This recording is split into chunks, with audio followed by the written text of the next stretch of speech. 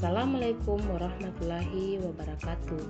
Hai teman-teman, perkenalkan nama saya Zainab dengan NIM J1A1203886 dari kelompok 4. Baik, di sini saya akan menjelaskan mengenai manfaat melakukan vaksin. Sebelum saya menjelaskan manfaat melakukan vaksin, terlebih dahulu kita harus mengetahui apa itu vaksin. Vaksin adalah zat atau senyawa yang berfungsi untuk membentuk kekebalan tubuh terhadap suatu penyakit.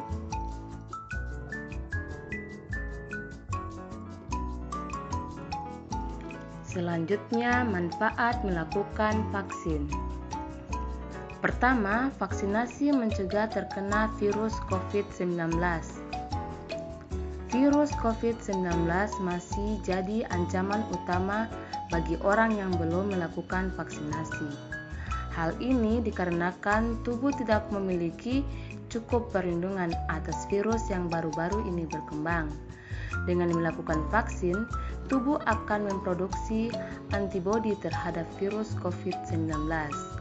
Antibodi ini akan membantu sistem kekebalan tubuh dalam melawan virus apabila suatu saat kita terpapar dan mengurangi risiko kita terpapar penyakit.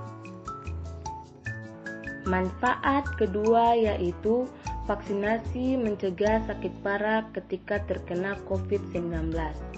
Salah satu hal penting yang perlu kita ketahui adalah meskipun sudah divaksin, kita masih memiliki kemungkinan untuk terinfeksi virus COVID-19.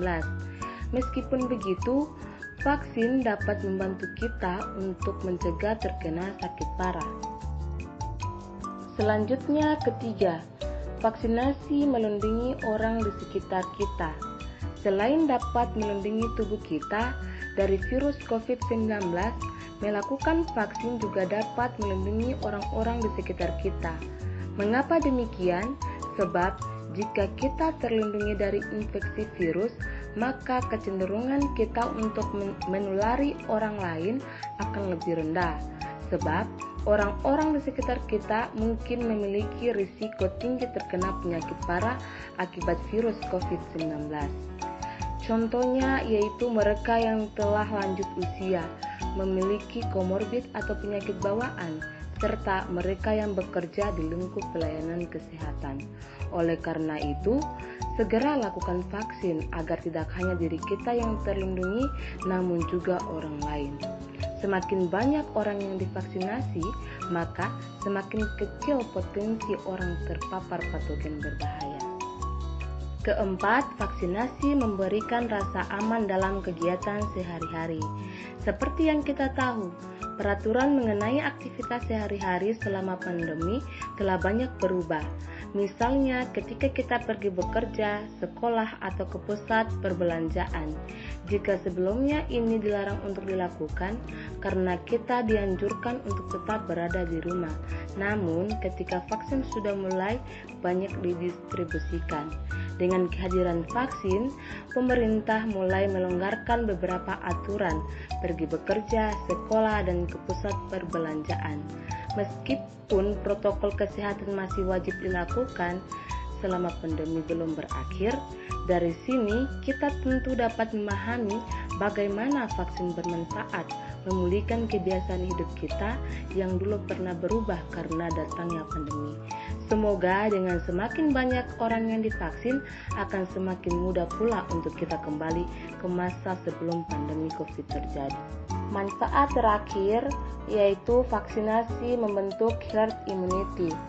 Akhir dari pandemi adalah hal yang kita impikan bersama, di mana kita dapat beraktivitas normal tanpa harus melakukan berbagai protokol kesehatan yang ketat.